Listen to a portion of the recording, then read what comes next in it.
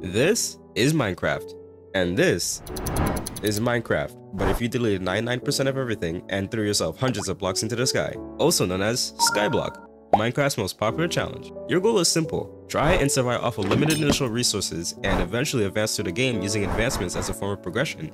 Now take everything I just said right now and try to imagine it in Mario Maker 2. That's right, after 10 streams and weeks of world building, I've finally done it. I recreated the entire Skyblock experience in Mario Maker 2, starting from a small block of land to eventually beating the Ender Dragon, and organize it all into an 8-world superworld with over 30 levels for all of you to check out. So now, let's go through every single level and do an in-depth analysis of how I recreated all of them. Okay, no. Because this recreation consists of so many levels, I'll be focusing on explaining the progression of the superworld, as in what happens in each level and how it leads into the next. And if you actually didn't want to see a detailed explanation of each level, well, I'm sorry, but I don't think I want to spend the next 4 hours of my life torturing my throat. So, with that said, here's my recreation of Minecraft's most popular challenge in Mario Maker 2.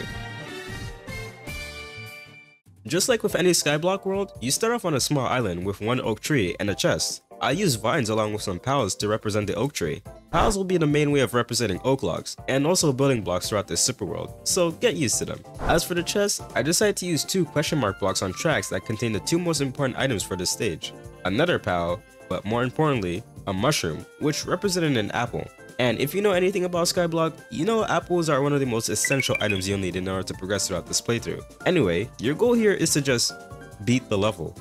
Yeah, so there isn't much here to do, as this was just meant to be an introduction to the Skyblock. Like, hey, this is your home now, enjoy! And the next level isn't much different, as it revolves around expanding the island using the wood you got and a little bit of dirt. Though you don't actually have to do anything, since you can't place items on nothing, meaning it had to be done automatically using this setup. But this level was still pretty important, as it introduces 3 elements that you'll consistently see throughout this super world. One is weather, by which I mean rain, which is just an aesthetic change for the most part. 2 is that it sets the foundation for how this world will look like for the most part. The design of the island won't change for a good while, so get used to this. But the most important thing you'll notice is one of the 4 floating islands, which all have items of huge value, but you can't access them just yet due to not having the necessary tools to get them, so we'll have to leave them be until another time.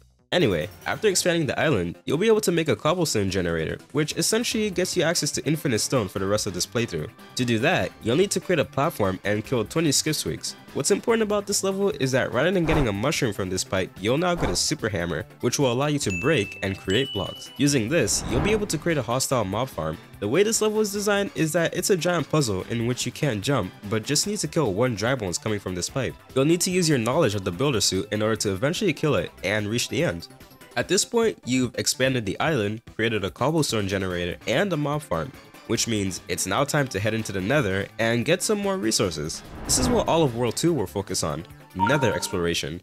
So after creating a portal using the 10 obsidian from the chest, you can head into the nether and create another mob farm for zombie piglins, and get loads of gold nuggets, which means that you now have the ability to create golden apples, which I represented by using a 1-up mushroom. This wouldn't be too useful for now, but the second we got ourselves a zombie villager from our mob farm, we could cure him and get access to villager trades. But for now, the next goal was to locate the nether fortress, which normally is a guessing game since the fortress can spawn in any direction, meaning you gotta pick one and hope you find a fortress not too far away. The way I handled this is I instead put the location of the fortress on the superworld relative to your position on it. And those of you smart enough to realize this will know that the fortress is directly up above the portal. Unless you're watching this video right now, then you don't have to be smart. But we don't talk about that. So after making your way back into the nether, you can use the super hammer and some conveniently placed cows that you noticed when you were first going into the nether, and make your way all the way up to the top of the fortress. The way fortresses work in Skyblock is that only one of its tiles will spawn, with a few items in it like nether warts and glowstone. I used mushrooms to represent nether wart. I didn't feel the need to add glowstone since it wouldn't be of much use for this world, but the nether wart now meant that you were a little bit closer to making potions. But your main objective here are the blazes, which will drop blaze rods and actually allow you to craft a brewing stand and use as fuel for it. So naturally, your next goal after locating the fortress is to make a blaze farm. I should also mention that the end portal is also located on the nether fortress at the very top, but obviously you don't really have the equipment to take on the dragon, so we'll just leave it there for now. Now, blazes can't just spawn on any block, it needs to be nether brick specifically, which means you'll need to take down some of the fortress to use as a platform for blazes to spawn on. Once you do that, you can kill 20 of them in order to beat the level. Next is an achievement-oriented goal, which is to get the Return to Sandman achievement by killing 2 ghast. To make this work, I give you the Master Sword, which you can use to shoot arrows at enemies. Then I made a ghast using clouds, which was simple enough since it's just a square with tentacles hanging from it, but in terms of what the enemy you had to defeat was, it was a Lakitu, which represented the actual ghast. By giving it wings, I could make its movement more sporadic, and had it throw large bombs that exploded when they hit the ground. Killing both of them would mean that you got the achievement, also marking the end of your nether adventure for a while to come. At this point in your journey, you created somewhat of a base with a cobblestone generator, a nether portal, and a mob farm. You also explored and essentially conquered the nether, got materials needed to make potions, and also a golden apple, and got the achievement Return to Sender by killing 2 ghast. So what's next? Well, at this point, you're going to start needing better items and tools so you can explore the 4 surrounding islands, but also what lies beyond the main islands. To do that, you'll need to do villager trading.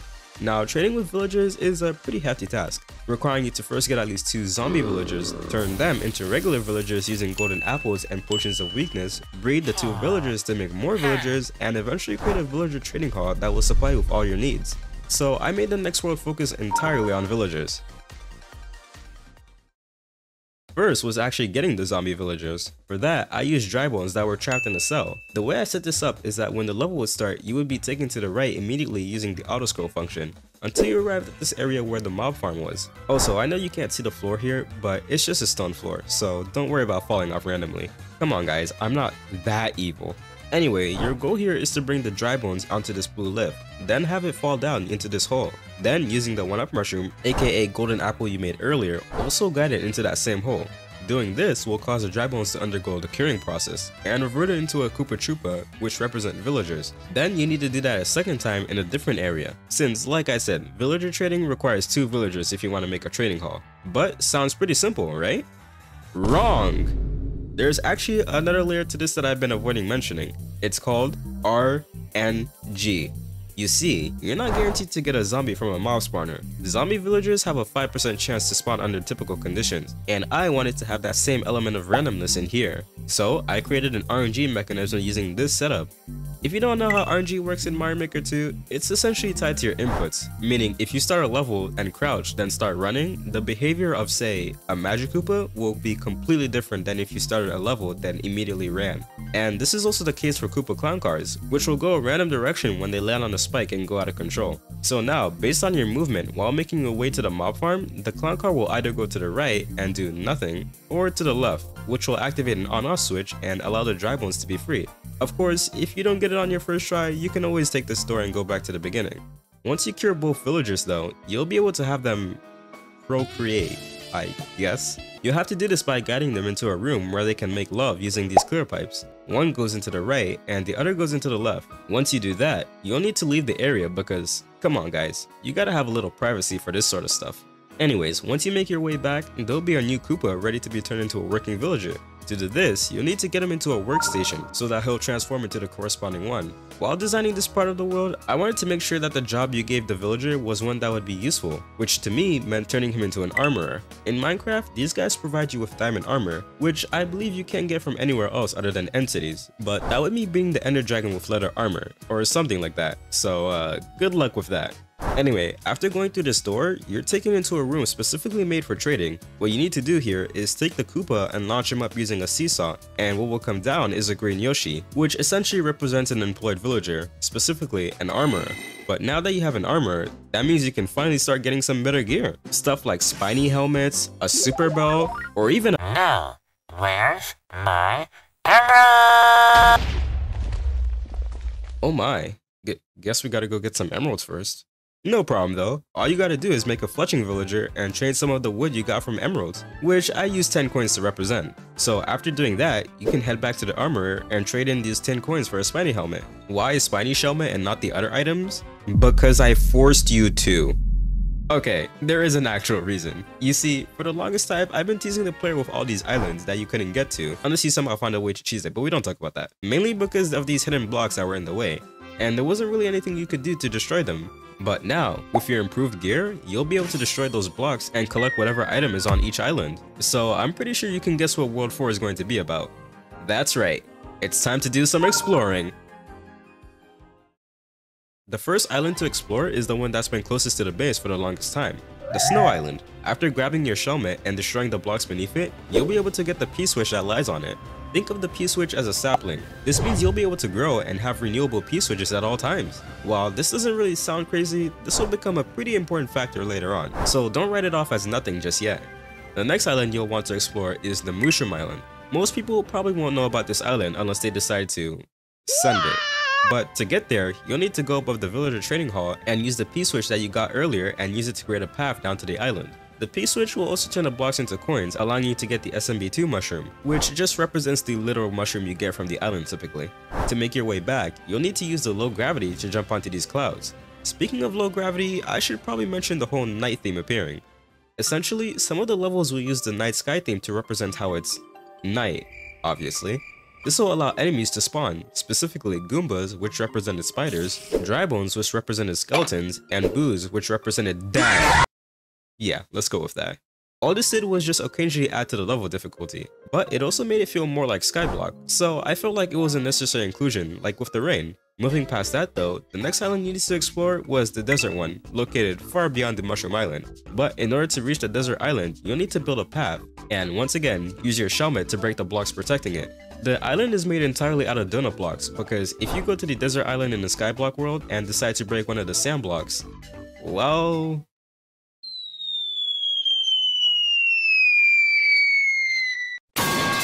yeah, I think you get the idea.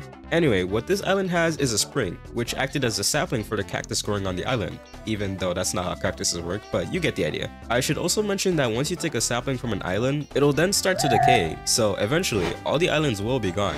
This wasn't really a Minecraft feature unless you want to think about it in the context of trees decaying, but I made this an element just to make more space for other things in the future.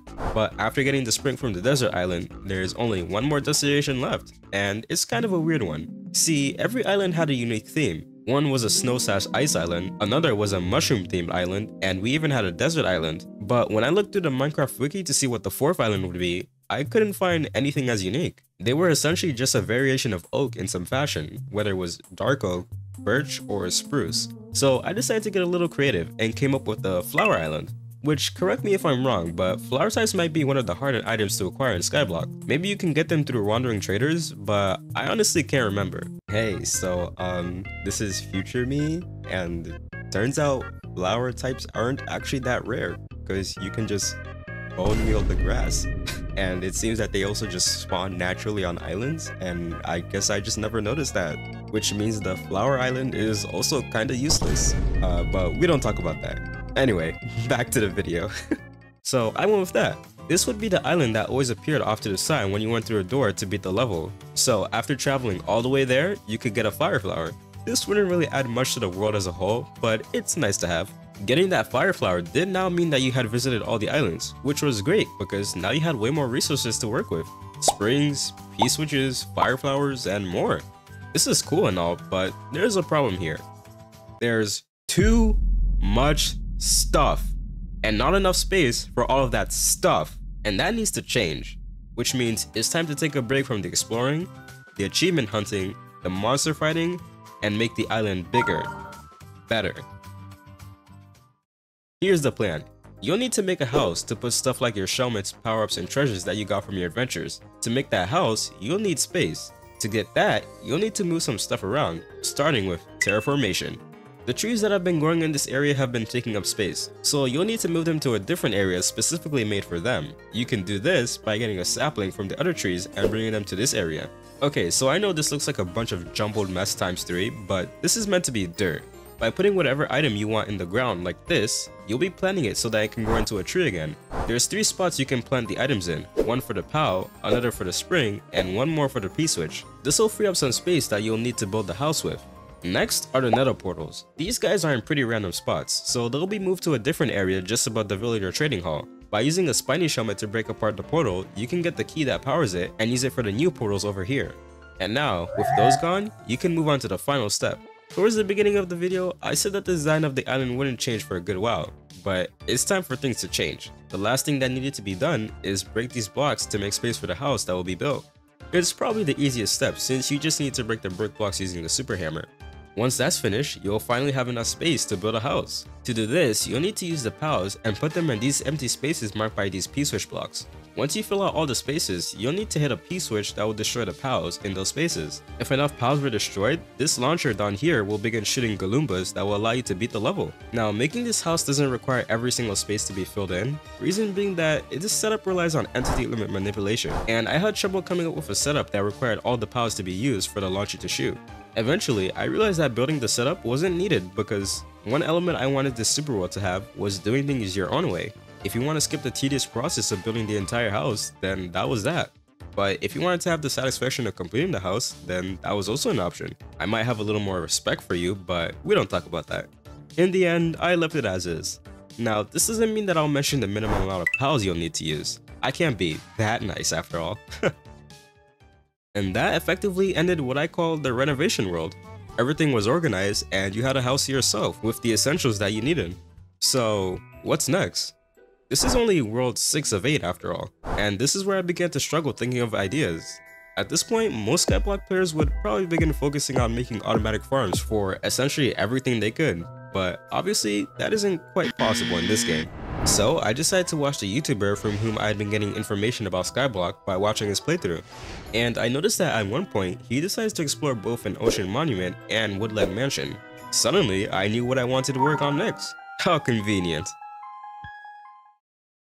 I decided to go with the Ocean Monument over Woodland Mansion simply because swimming would be a nice change of pace from all the running and jumping of the last 5 worlds. You'll need to start by making your way over to an ocean biome by using nether travel and platform from one portal to the other. Now, since I'm limited to 2 areas per level, I had to create a makeshift ocean using blocks and fishes on track. Once you kill the fishes, you could head back to the portal and make your way back home. This was just meant to be you discovering the ocean. Next, you'll need to find your way over to an ocean monument by dodging a couple guardians. Fortunately, you made a potion of water breathing and also added depth strider to your armor, which I represented by using a frog suit. This did mean that the next 3 levels will all have to be SMB3 themed though. After locating the ocean monument, you'll need to kill one of the 3 elder guardians protecting the structure. The monument is set up to be a maze with all sorts of paths, so making your way to said guardians won't be too easy. But you only need to kill 1 in each level to complete it. I did this because there actually isn't much else to do other than beating the guardians in an ocean monument, and I still had 2 more slots for a level, so I had to improvise a little. But to compensate for that, I made the movement of each guardian differ by having the tracks in each room follow a different path, which made every fight unique. And if you decide to explore some more beyond just fighting the elders, you might come across a room with 2 50 coins in it, which represented the room in the monument with 8 gold blocks in it. But after all that, you had successfully raided an ocean monument. And after returning to base, you'd be able to see the loot you gathered from your exploration, most notably 2 of the elder guardians that now stand at the top of your house as decoration. How humane. Also, for those wondering, the bumpers were meant to be sponges. They don't function similarly in any way other than sponges are bouncy, kinda? So there you go. With that little adventure out of the way, it was time to focus back on the main task, defeating the Ender Dragon. Before, this wasn't really realistic because you didn't have the tools necessary to do so, but with the power of trading and enchanting, we could fix that. And that's what the second to last world was going to focus on, preparing for the end. First, you need to get a strong sword, arrow, and craft a shield, which will all be useful in beating the Ender Dragon. To get those, you'll need to trade with an armor to get a link suit, which would basically encapsulate all 3 of the items I just mentioned. Now, you'll need enchantments, specifically Jump Boost. I chose this enchantment out of process of elimination, because every other enchantment I could realistically use will require a different power-up entirely. And since power-ups don't overlap, I was stuck with one of the few items I hadn't already used, the Drybone Shell. By dismounting the shell mid-air, you can mimic the idea of gaining height and clearing a jump otherwise impossible, just like how jump boosts work. But to create a jump boost potion in Minecraft, you needed an item called Rabbit's Foot, which you could obtain by killing a rabbit. So, you know what time it is now. Rabbit season!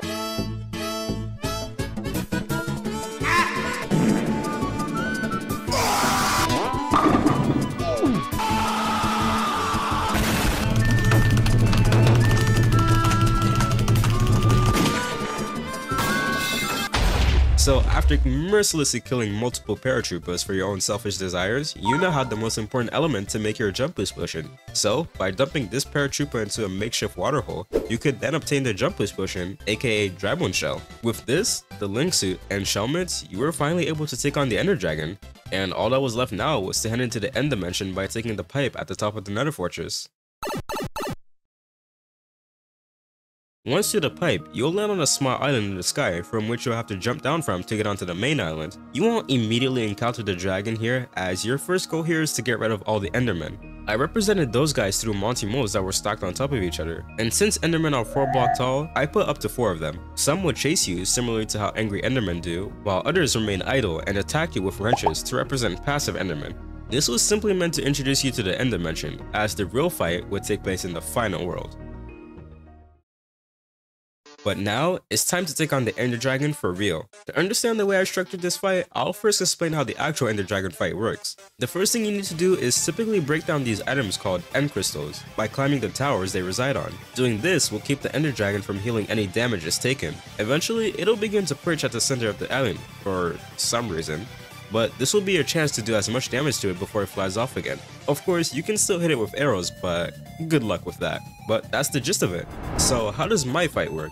Well, just like the actual fight, you'll need to first start by killing these 4 piranha plants throughout the arena, which represented the end crystals. The fight usually has 10 crystals, but I only put 4 since the arena was already pretty large, and I really didn't want to have the player running a marathon. Some crystals were also protected by a cage, which makes them a lot harder to hit with an arrow. So I used Peacerush blocks and covered the top of the piranhas so they could only be hit from the side. Other crystals were too high to simply just use an arrow for, so you would have to use the dry bone shell to gain extra height and reach the top of the tower. And if you somehow lost your shell, which I quite literally do not think is possible, you could still use your bombs to destroy the tower partially and create a path up to the crystal.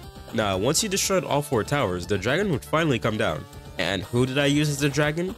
Why, who else than the King of Koopas himself? By putting a large winged Bowser in a clown car, I could actually replicate the dragon behavior to a large extent. The dragon shoots fire breath, and so does Bowser.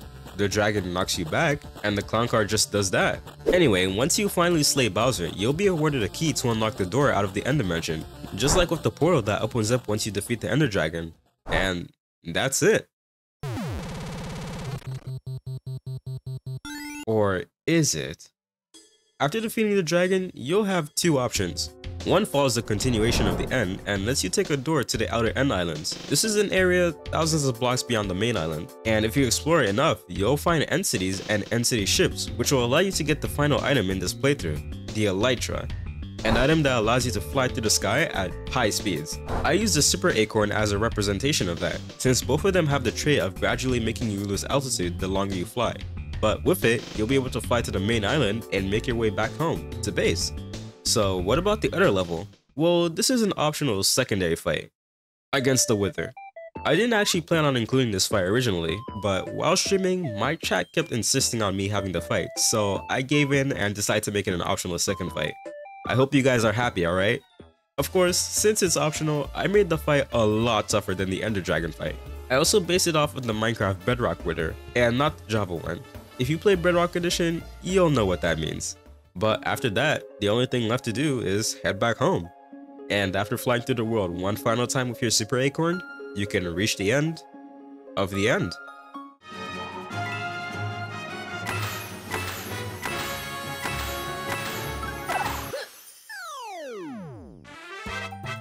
Oh yeah, Mario time! And that's it! The entire Minecraft Skyblock experience done in Mario Maker 2. Obviously, there were still some aspects of it missing, like getting all the achievements or building insane farms, but those are more player-driven goals that won't really change the gameplay at its core, so I never felt it was a necessary inclusion. But I hope you all enjoyed this super world and video. I certainly had a great time making it, so go ahead and try it out for yourself. I didn't include every single detail about each level, so even if you watch this video then decide to play it, there will still be some more fun to be had. But if you want to see another video of mine, then I'd recommend checking out my recreation of Mario Party's minigame, Roll Call. After spinning a wheel and getting that minigame, I had to recreate it in Mario Maker 2, and in 45 minutes nonetheless. Needless to say, things got a little chaotic towards the end. But anyway, until next time, bye!